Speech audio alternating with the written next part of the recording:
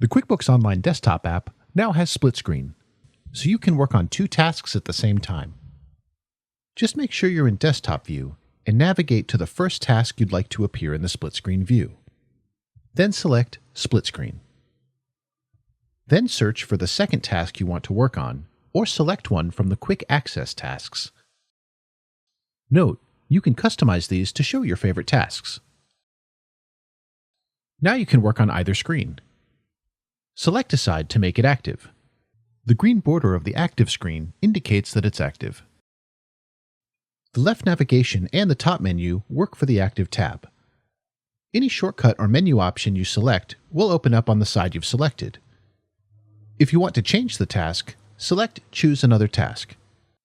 To switch off split screen view, select the split screen button and then select Close. Now you're ready to use the split screen view in the QuickBooks Online desktop app.